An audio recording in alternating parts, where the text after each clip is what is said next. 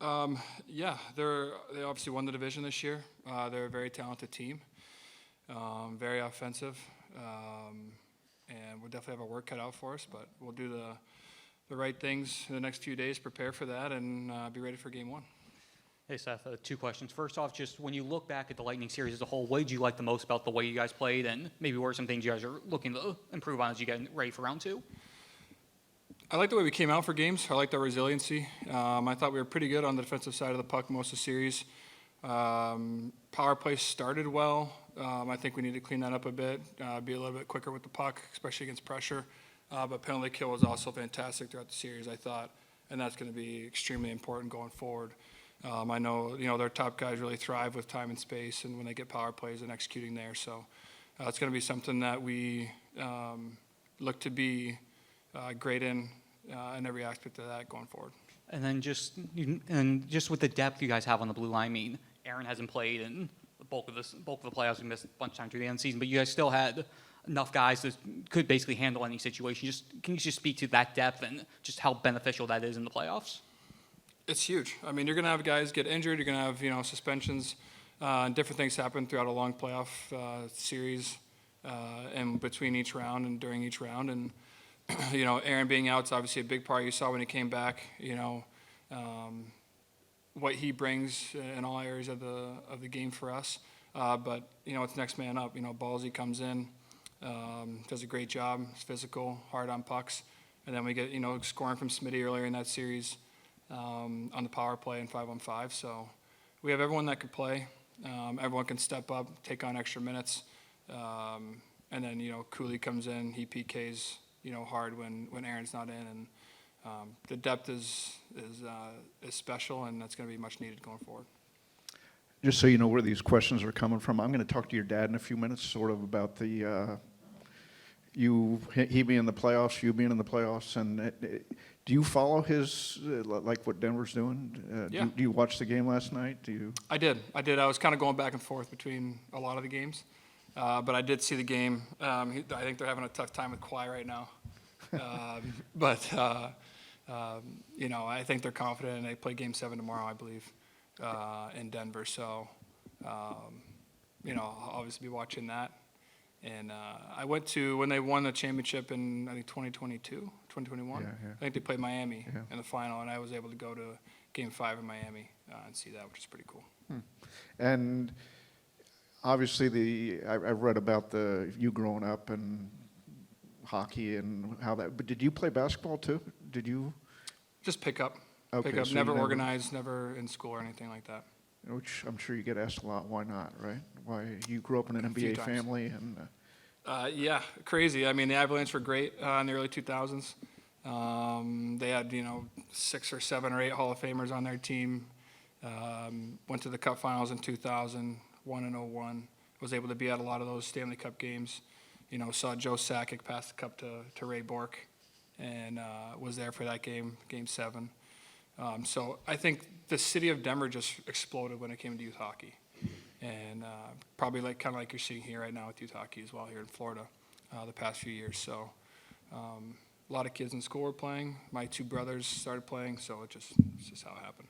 And final thing. Does your dad know anything about hockey? He does. He's learned obviously a lot over the years. He watches when he can. I don't know if he knows the ins and outs of the game. There's levels, I think, to everything. I don't know, there's more things about basketball. I know a lot about basketball as well, but there's a lot more things that he knows, I'm sure. And it goes both ways.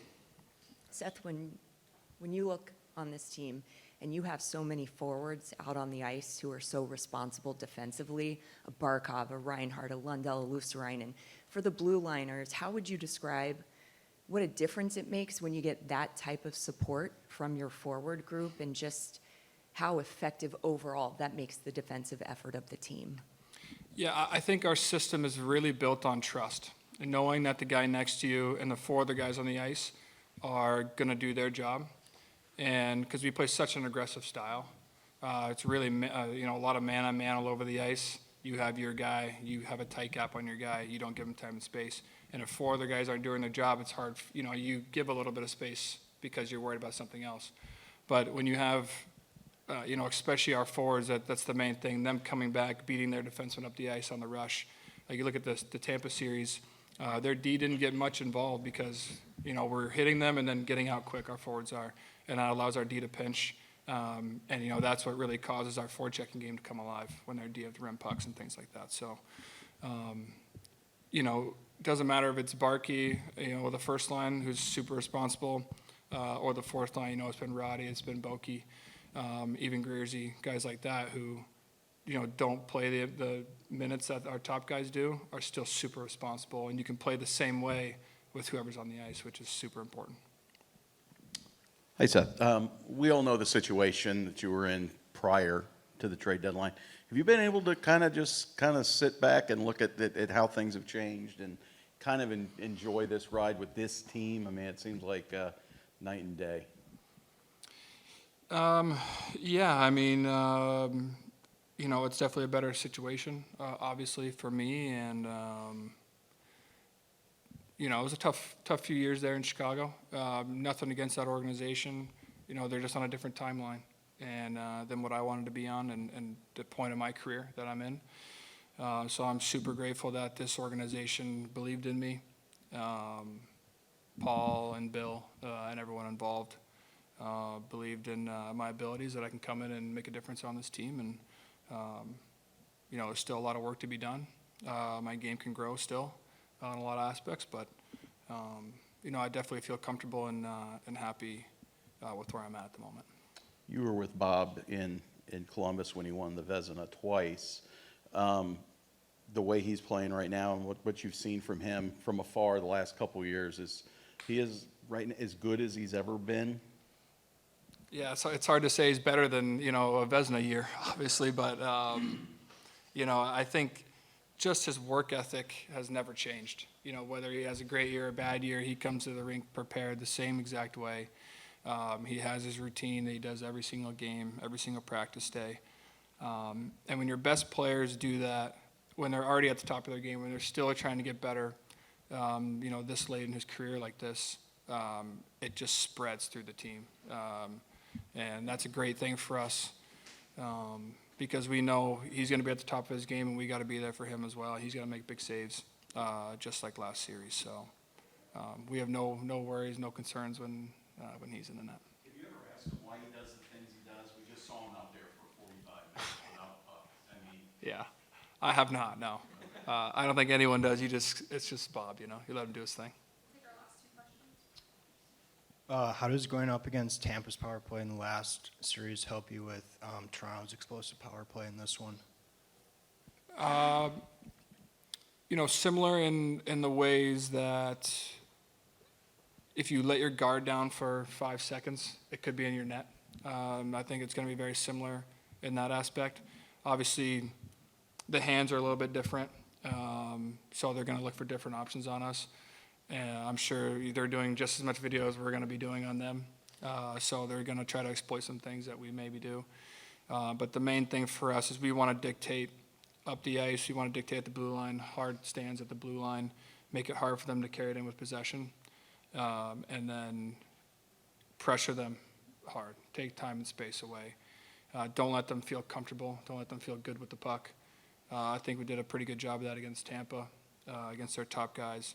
And then sticks are important as well. Obviously, body, you want contact, you want to be physical, but something like a penalty kill, your stick's super important. They're going to try to throw pucks through you to the middle and things like that. So video's coming for sure for us. We hear about like Matthew Tkachuk growing up in a pros family and how that carried. I'm just curious, you were around obviously pro athletes a lot, or I don't know, I assume a lot growing up. Did that carry over into, the work ethic or anything that you brought with you?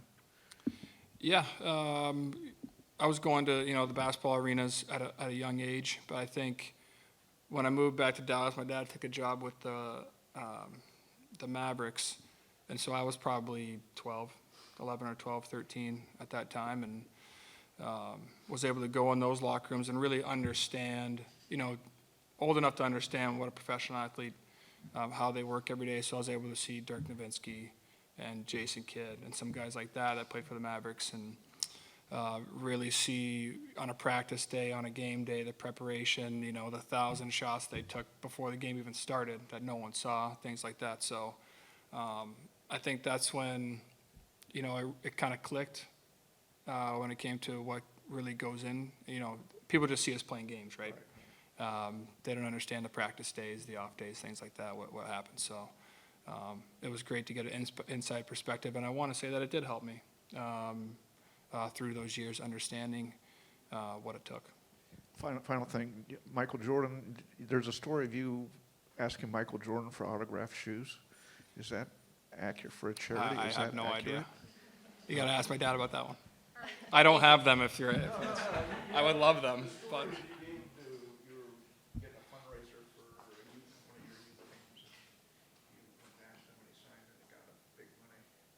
I don't doubt that for a second. I should have kept them though. Thanks, Seth. Thanks. You accomplished a lot of great things together. How excited are you now to face him here in round 2? Yeah, I mean, we had a good relationship. Yeah, that's true. It was a good partnership as well last year, but it's going to be good and it's going to be fun. He's a good goalie, and it's going to be a good challenge for us. He's talked a lot about your friendship, and you guys were a little, tight a little bit, right? And same goes for, the other guys that are on that team. Is it kind of weird to see guys that you went to battle with last year, and now you're fighting them for this? Yeah, I think it is what it is. In our business, it's happens often. You play with the guys, then you play against them. Like look at the Marchi. Like you would never thought you're gonna play in the same team with him, and all of a sudden we compete together now for our dream. So, yeah, it is what it is. So we're gonna compete, and it's gonna be a good challenge again. And now you're into the deep, into the playoffs here. You've played 5 games. How are you feeling? I saw you out there doing your routine today. You feel like you're getting ready for what's next? Yeah, I feel excited, definitely. Play against Toronto in Canada. It's probably one of the best, atmosphere to play in, capital of the hockey. So it's going to be a good challenge. They have a good team. They had a good offense, defense, good goaltender. So it's going to be a good challenge for us, and all of us are excited. Hey Bob, back on Stoli. He mentioned before their playoff series started just how much being around you during the playoffs helped him learn how to prepare for a playoff series. That was his first time starting in there. Spencer's talked about how much you helped him. A couple of your other backups have done the same. Just how much pride do you take in that part of where you are, being able to help those guys who you are with, and then to be able to see them excel when they go elsewhere? I think it's just I've been lucky to have a great guys, great partners with me. They are just all of them are great guys, and I learn from them as well. So it's just a very productive relationship, and I'm always very supportive. I try to help because in the end of the day we're trying to reach one goal together. And I appreciate their words about that, our relationship, and it's nice. They just great guys. Sergei, you have a tremendous work ethic. Your coach talks about it all the time. Your teammates talk about it all the time. In these playoff games, when you're making a game-changing save, a momentum-changing save, how much is it a product of the work that you put in, the preparation you put in, versus how much is it a product of the instinct in that moment that you have to have as a goalie? I feel like it's all works together. That you can separate, like you can break it down by pieces, but in a game it's all kind of like I try to stay in the moment, and that moment dictates what's next. You try to take best out of it, whether it's like today is a day to rest the mind and take care about the body, and then tomorrow is a new day. Tomorrow's day will dictate itself, what's the best for the next moment, and it's all together, the work ethic. I don't feel like I'm working, I feel like I'm just doing the things that I supposed to do in that moment, and that's pretty much it. Goalie seems like a lifestyle position in that, talk to goalies, they don't want to drive to work and get stressed out so they have a routine of how to get to work and everything. Do you have the same thing where you? Give me more words about Yeah, the yeah, question. that was a very good way to ask that question. For instance, I was talking to Alex Lyon once, who talked about goalie is a lifestyle, in that you don't want to get too stressed out at home.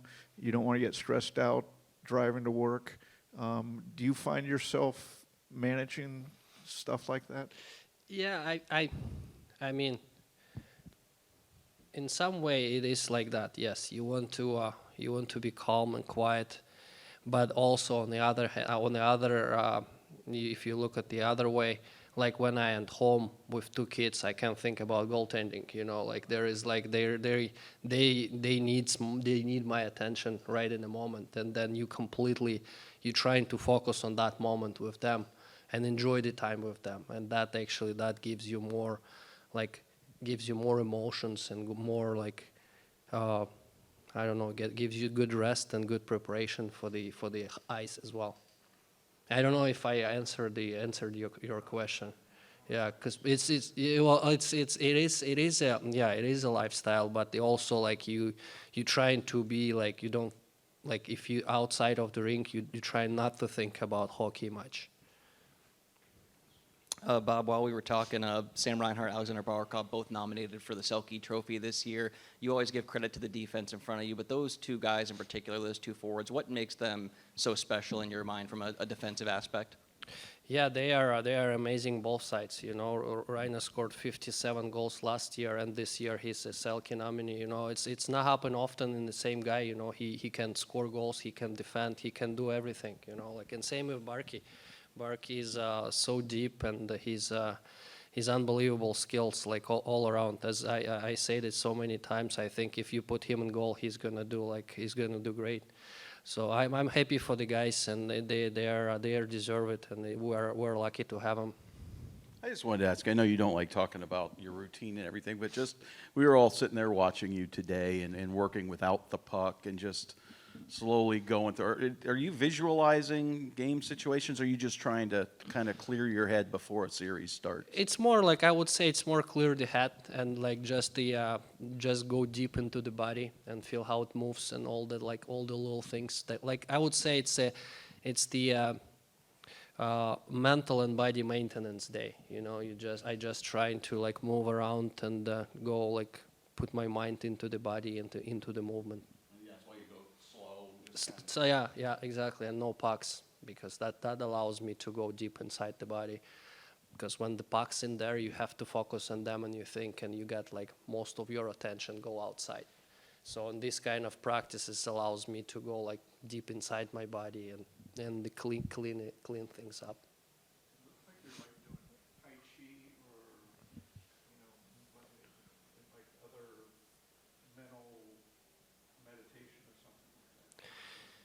Yeah, I do believe it's more like, especially the playoffs, it's more mental game than the physical game. You know, you got like your body has to support. It's for sure it has to have a certain level, but it has to support your mind. And the stronger and calmer your mind is, the better, the more efficient you are. I do believe in that.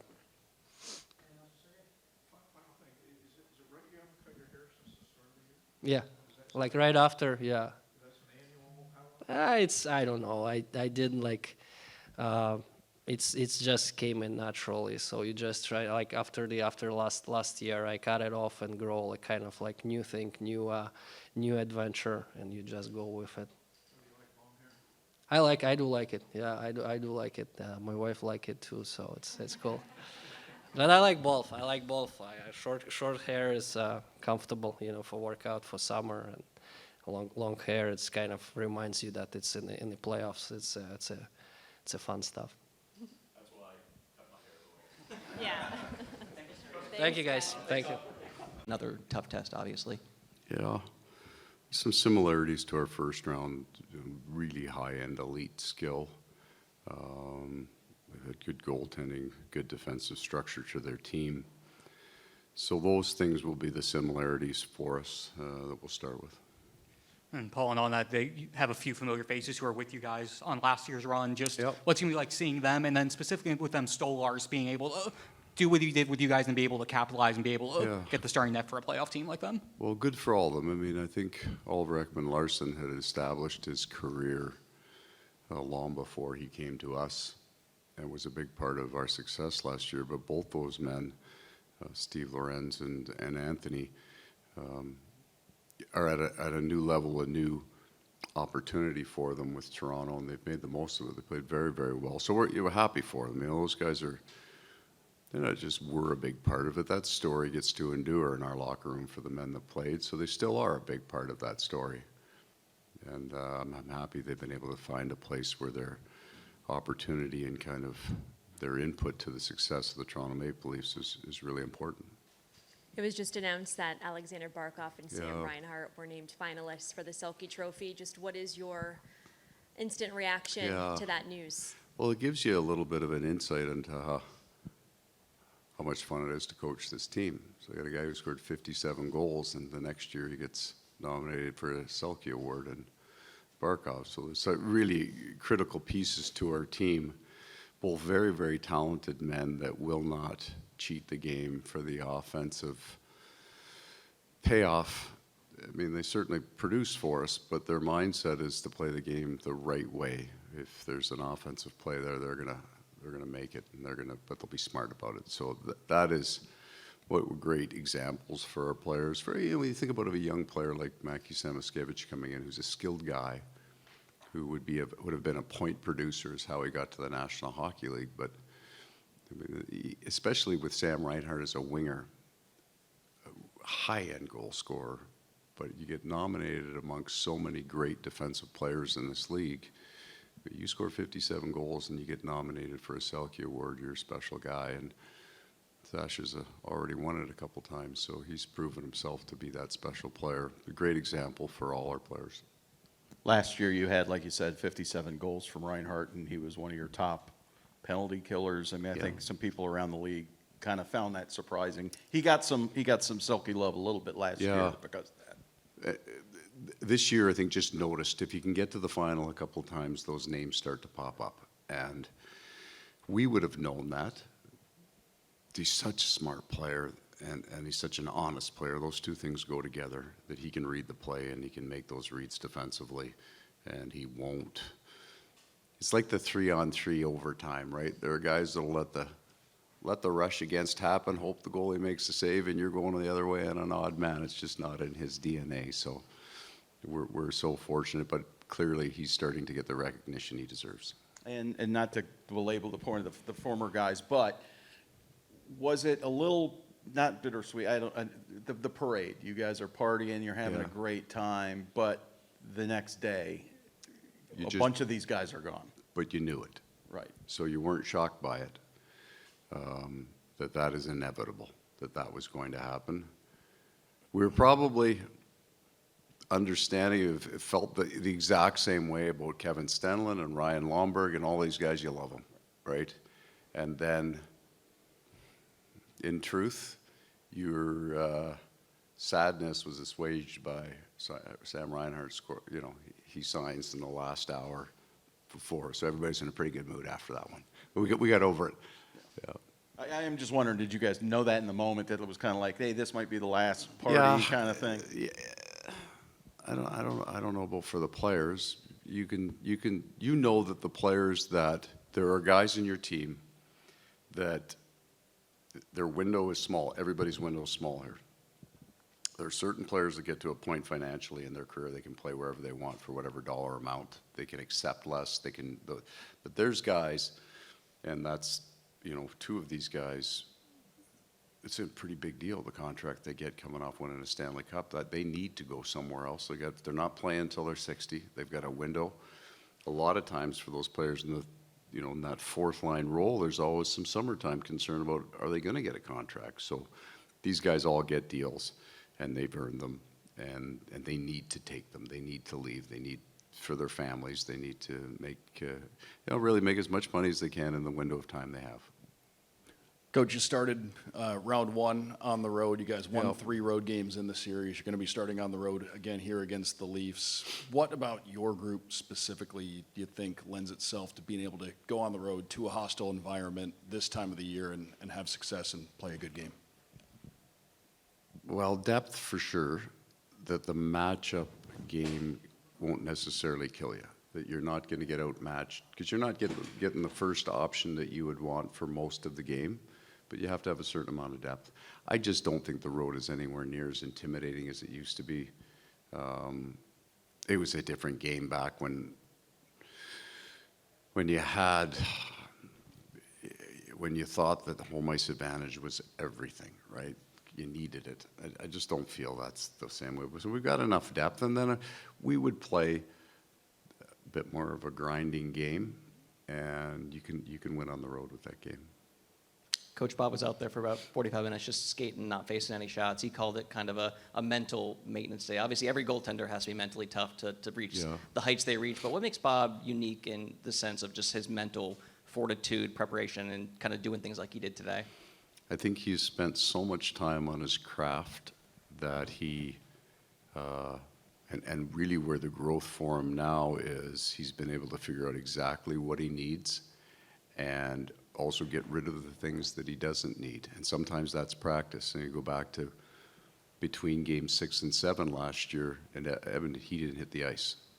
So he knew that's what he needed. He didn't need the mindless shots, which is this time of year, the practice shots there's not much to them. So he knows what he needs. He's put in the time. And then, he's just built complete trust with Rob Tallis that Robbie never goes to him, hey, you're taking it too easy. You're being too casual about this.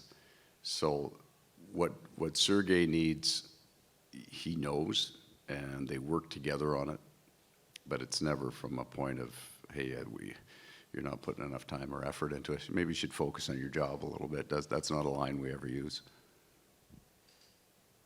All right, then. Everybody have a wonderful day.